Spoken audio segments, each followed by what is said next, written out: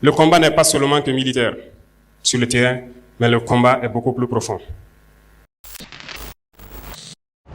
Je vais donc commencer mon propos en remerciant Dieu Tout-Puissant qui nous a permis donc de nous retrouver ici en bonne santé ce matin pour célébrer donc la Journée internationale de la jeunesse. Jeunesse dont je fais bien sûr partie, même s'il y a certaines personnes qui par l'âge se croient vieux, mais ils sont jeunes dans la tête. Merci donc à tous. Nous célébrons donc cette journée dans un contexte un peu particulier, comme les prédécesseurs l'ont signifié, ce contexte de conflit. Ce conflit que nous qualifions que autre chose que la manifestation violente, barbare de l'impérialisme, du néocolonialisme, de l'esclavage qu'on tend à nous imposer aujourd'hui. Ce que nous avons qualifié de terrorisme.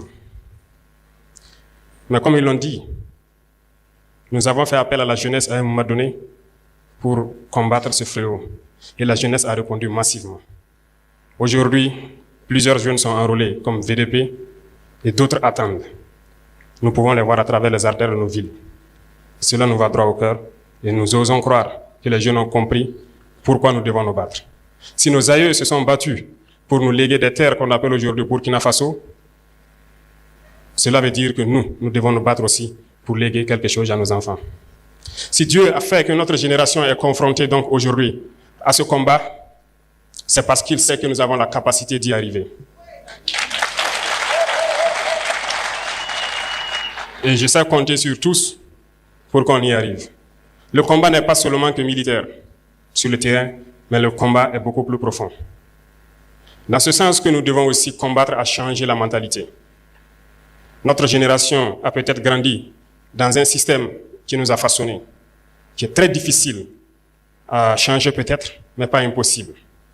Peut-être que parmi nous, certains se retrouvent encore avec peut-être des caractères dont on ignore la portée, mais j'aime le dire, pour citer un auteur, il n'est pas d'homme plus méchant qui ne puisse changer son cœur si on lui enseigne comme il le faut les voies de la sagesse.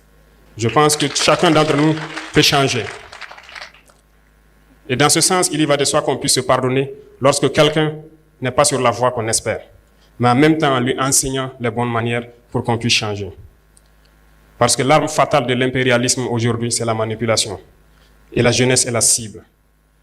Notre pays, ou je dirais l'Afrique, est en majorité jeune. Et la jeunesse est la cible de cette manipulation. Et lorsque l'on découvre, il faut combattre cela. Et la plupart du temps, l'impérialisme n'est pas forcément ceux qui viennent d'ailleurs, mais ils sont parmi nous. Et c'est parmi nous que la manipulation naît. J'invite la jeunesse à s'en départir, à toujours chercher l'information juste et à toujours penser à nos patries, à nos différentes patries partout en Afrique.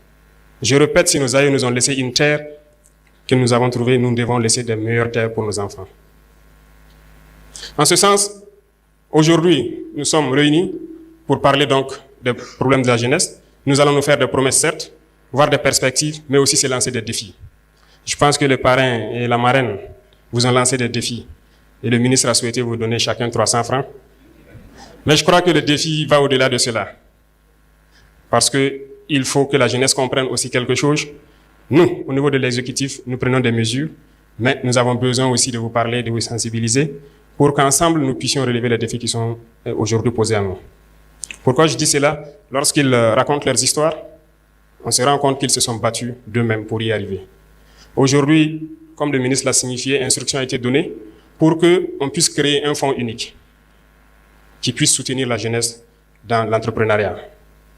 On ne vous demandera pas peut-être de partir de zéro, mais il y aura un minimum pour vous accompagner et vous aider. Parallèlement à cela, il y a très peu de temps, nous avons tout fait pour élaguer tout ce qui est fiscalité au niveau donc des jeunes entreprises qui devront se créer. Cela pour accompagner que vous ne vous retrouvez pas confrontés dès les premières années à certaines difficultés.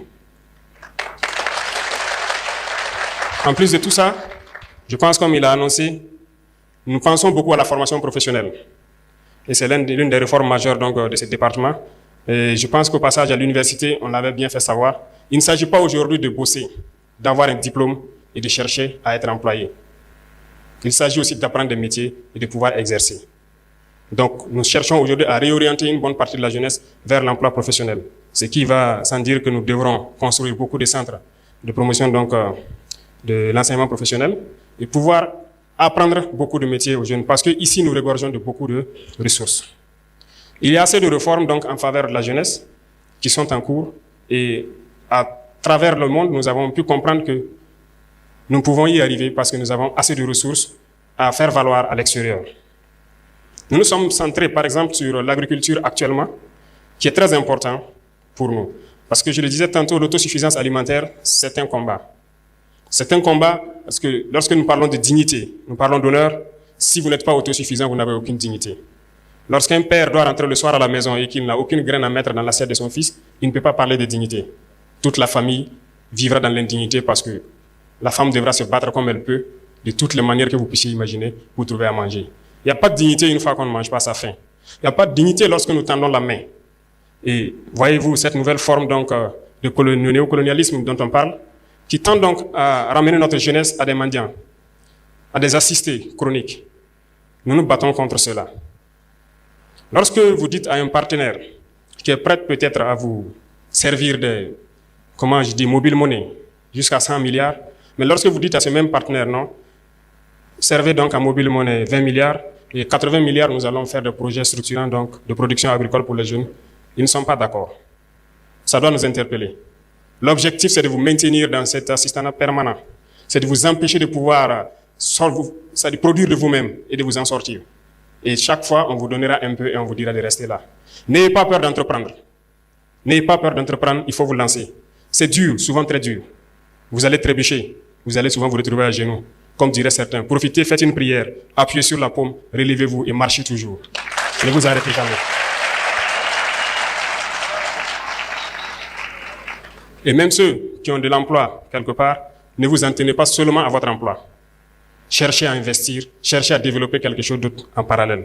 Parce que depuis, comme je vous disais, notre génération est dans un système assez complexe. On nous a peut-être appris qu'il faut juste avoir un emploi, un bureau, et on s'assoit et voilà, le salaire tombe à la fin du mois. Ça ne peut pas vous rendre heureux, ça ne peut pas. Votre salaire doit servir à développer quelque chose d'autre. Nous sommes militaires, moi je suis entrepreneur aussi depuis quelques années de cela, en tant que jeune. Parce que nous ne sommes autorisés qu'à faire que l'agriculture, l'élevage. Je pense que les dévanciers qui ont mis ça dans les textes, ils ont très bien compris. Et nous participons donc à cela. Nous avons essayé, nous avons vu que c'est dur, mais la plupart du temps, lorsqu'on persévère, on peut finir par se frotter la main. Donc je vous encourage à ne pas vous décourager. Pour ceux qui sont en train de chercher à entreprendre, ne vous découragez jamais. Il faut reprendre.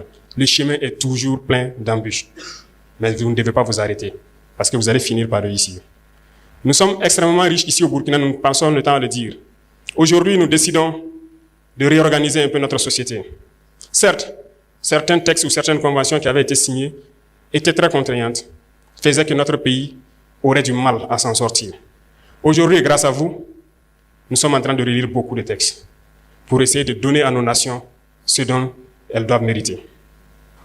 C'est dans ce sens que lorsque nous prenons par exemple le volet de l'orpaillage, votre thème en dit long sur l'employabilité des jeunes en milieu rural, beaucoup de nos jeunes se retrouvent aujourd'hui sur les sites artisanaux de production, dans des conditions les plus pénibles. C'est peut-être ce qui s'est passé en Europe ou en Amérique dans les années 1800. Lorsque les hommes rentrent eux-mêmes dans des galeries, qu'ils creusent eux-mêmes pour sortir le minerai, nos jeunes continuent de vivre cela.